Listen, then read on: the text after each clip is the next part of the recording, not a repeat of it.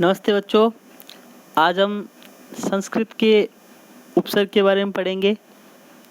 उपसर्ग क्या होता है, संस्कृत में कुल कितने उपसर्ग होते हैं, इनका प्रयोग कैसे किया जाता है, उसके बारे में देखेंगे। चलिए सबसे पहले इसकी परिभाषा के बारे में देखते हैं। वे शब्द या शब्दांश जो मूल क्रिया या शब्दों के आगे जुड़कर उनके अर्थ में परिवर्तन या उनका विलोम कर लेते हैं, उपसर्ग कहलाते हैं। कहा भी गया है, उपसर्गेण धात्वार्थो बलाद अन्यत्र नियते विहार हार संहार प्रहार परिहारवत। अर्थात उपसर्गेण तृतीय विभक्ति एकवचन कारक चिन्ह से के द्वारा, तो उपसर्ग के द्वारा धात्वार्थो यानी धातु के अर्थ को बलाद अन्यत्र, बलाद का अर्थ होता है बलपूर्वक, अन्यत्र यानी किसी और जगह, नियत यानी ले जाया जाता है। तो इसका संपूर्ण अर्थ होगा उस शब्द के अर्थ में जबरदस्ती परिवर्तन, बलपूर्वक परिवर्तन किया जाता है उपसर्ग के द्वारा। जैसे यहाँ पे एक शब्द लिखा हुआ है हार और यहाँ पे इसके अन्य शब्द लिखे हुए विहार, संहार, प्रहार, परिहार। इनमें हार के साथ में विभिन्न प्रकार के उपसर्ग जोड़े हैं और सबके अलग अलग अर्थ हो गए। तो चलिए देखते हैं इसके बारे में।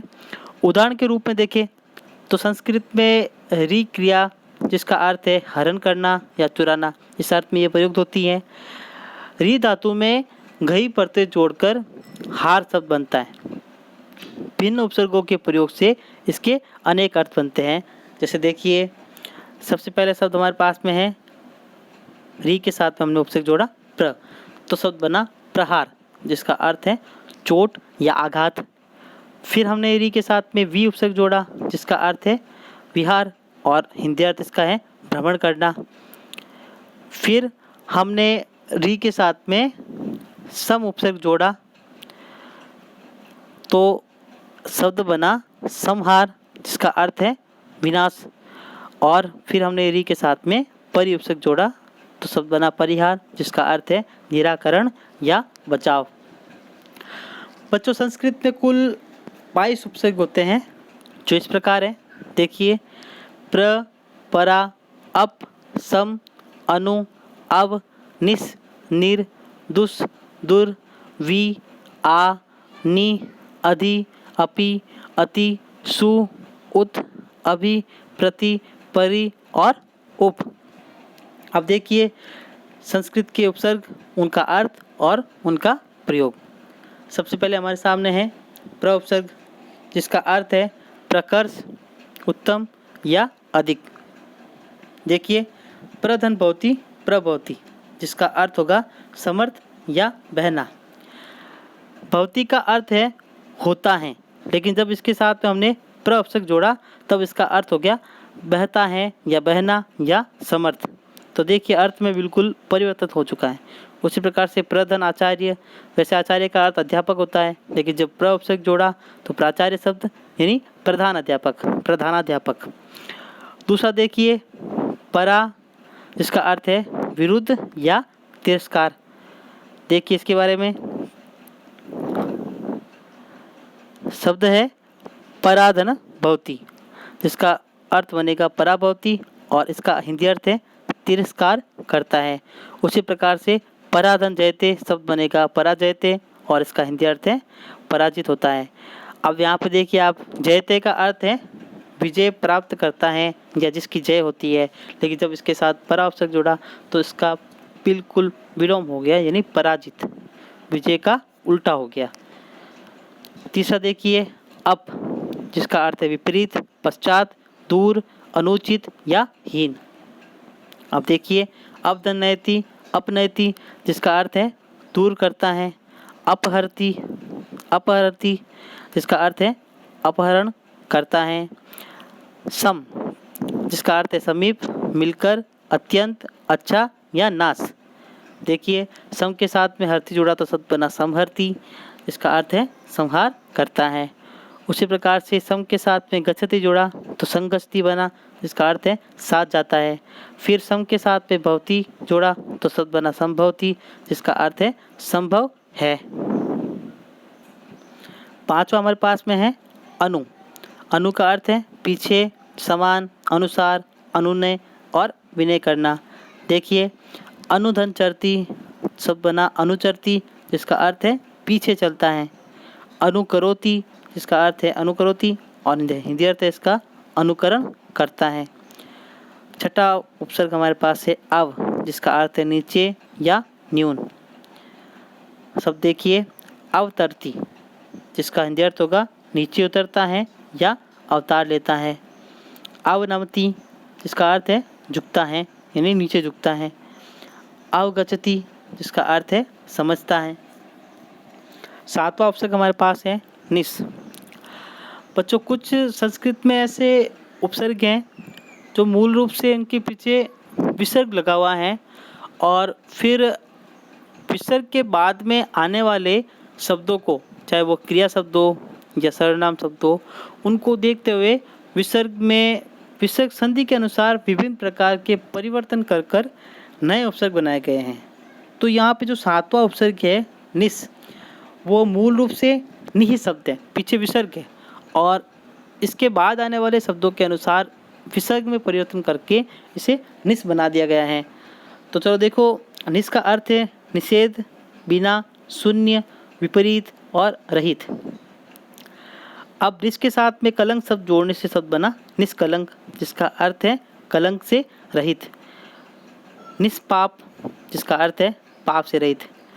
अब आठवां प्रत्यय देखिए, उपसर्ग देखिए, सॉरी, इसमें भी यहाँ पे निर शब्द है, पीछे विसर्ग है, सॉरी हलंत है, और ये भी शब्द जो है वो नि शब्द है।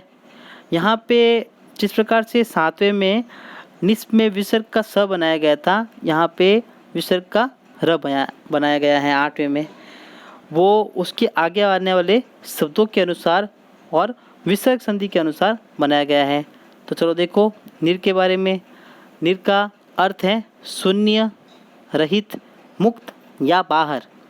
शब्द देखिए आप, निर्गच्छति, जिसका अर्थ है निकलता है। निरवधि, इसका अर्थ है सीमा रहित। दुस, ये भी मूल रूप से दुह उपसर्ग है, और यहाँ पर शब्द की सुविधा के अनुसार विसर्ग का स बनाया गया है। अर्थ देखिए, कठिन, असाध्य, बुरा। अब देखिए शब्द दुस के साथ में कर शब्द जोड़ा तो दुष्कर, जिसका अर्थ है करने में कठिन। उसी प्रकार से दुस के साथ तर जोड़ा तो दुस्तर, जिसका अर्थ है तैरने में कठिन। 10वां देखिए दूर, यह भी दूर शब्द था, और यहाँ पे विसर्ग का र बना हुआ है। ये सब जो मैं आपको बता रहा हूँ, ये जब हम संधि पढ़ेंगे और उसमें विसर्ग संधि पढ़ेंगे तब आपको काफ़ी अच्छे से समझ में आएगा। बस कुल मिला के विसर्ग के अंदर विभिन्न प्रकार के परिवर्तन करके नए शब्द बनाए जाते हैं, और यहाँ पे यही किया गया है। मूल रूप से ये दो शब्द हैं, और यहाँ पे विसर्ग का र बनाया गया है। अर्थ है बुरा या कठिन। शब्द देखिए, दू के साथ में लब जोड़ा तो दुर्लभ, जिसका अर्थ है मिलने में कठिन। उसी प्रकार से गम जोड़ा दुर्गम, जिसका अर्थ है चलने में कठिन या जहाँ पे जाया ना जा सके। 11वां देखिए वी, जिसका अर्थ है विशिष्ट, बिना, रहित, अधिक, भिन्न और रुकना। शब्द देखिए, सबसे पहला शब्द है वीरमती।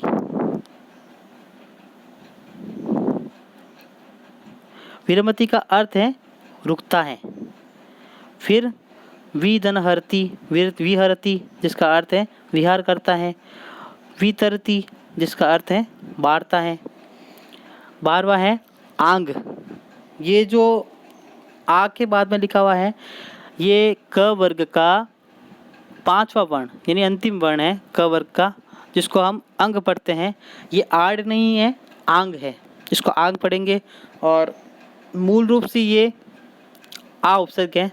इसके अर्थ है तक, लेकर और विपरीत। देखिए आ के साथ में गच्छति जोड़ा तो आगच्छति, जिसका अर्थ है आता है। यहाँ पे शब्द का बिल्कुल विलोम हो गया। गच्छति का अर्थ जाता है और आगच्छति का अर्थ आता है। उसी प्रकार से आजन्म यानी जन्म से। 13वां देखिए नी उपसर्ग। नी का अर्थ है नीचे, समीप, समूह, अच्छी तरह और पूर्णतः।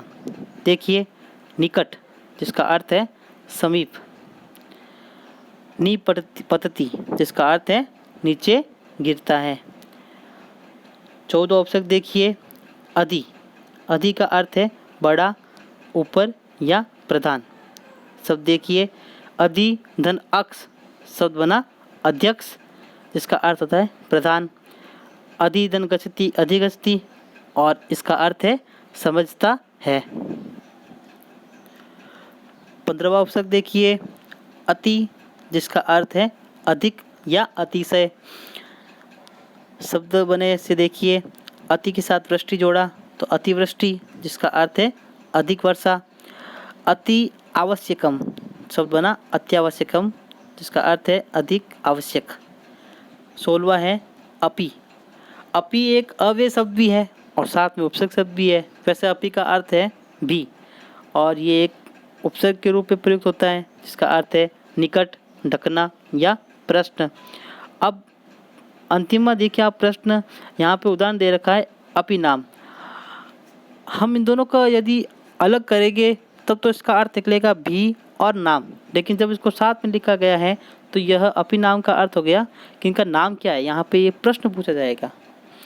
17वां देखिए, सु, जिसका अर्थ है अच्छा, सरल या श्रेष्ठ। शब्द देखिए, सुकर्म, इसका अर्थ अच्छे कर्म। सुपुत्र यानी अच्छा पुत्र। 18वां देखिए, प्रति। प्रति का अर्थ है हर एक और आदि। शब्द देखिए, प्रतिकरोति। प्रतिकरोति का अर्थ है प्रतिकार करता है। प्रत्यक्षम, जिसका अर्थ है सम्मुख या सामने। यहाँ पे प्रति और उसके साथ में अक्षम शब्द जुड़ा हुआ है। 19वां देखिए, परि। परि का अर्थ है चारों ओर। शब्द है परि, उसके साथ में भ्रमति जोड़ा तो परिभ्रमति, जिसका अर्थ है चारों ओर घूमता है। उसी प्रकार से परिपश्यति यानी चारों ओर देखता है। 20वां देखिए, अभि। अभि का अर्थ है आगे, ऊपर या और। शब्द देखिए, अभिधन्मुखम, अभिमुखम, जिसका अर्थ है सामने। अभिनव, जिसका अर्थ है नवीन। 21वां देखिए, उपसर्ग, जिसका अर्थ है समीप और गौण। उपसर्ग के बारे में देखिए, उपगच्छति, जिसका अर्थ है समीप जाता है। गच्छति यानी जाना, और जब उपसर्ग जुड़ा तो उपसर्ग का अर्थ वैसे भी है समीप, इसका अर्थ समीप जाता है। उपकरोति यानी उपकार करता है। और 22वां अंतिम उपसर्ग है उत। अर्थ देखिए, इसका अर्थ है ऊपर या अतिशय। उत्कर्ष, उत धन कर्ष, इसका अर्थ है ऊपर उठना। उत धन नति, यहाँ पे संधि के अनुसार त जो है वो अपने ही पंचम वर्ण में बदल जाता है। शब्द बना उन्नति, जिसका अर्थ है आगे बढ़ना। बच्चों, इसके बाद में मैं आपको 5 उपसर्ग दूंगा, जिनसे आपको उनसे नवीन शब्द का निर्माण करना है, और यदि आपको पता हो तो उनके अर्थ भी लिखना है। तो मैं आपको उस वीडियो के बाद में बताऊंगा। धन्यवाद।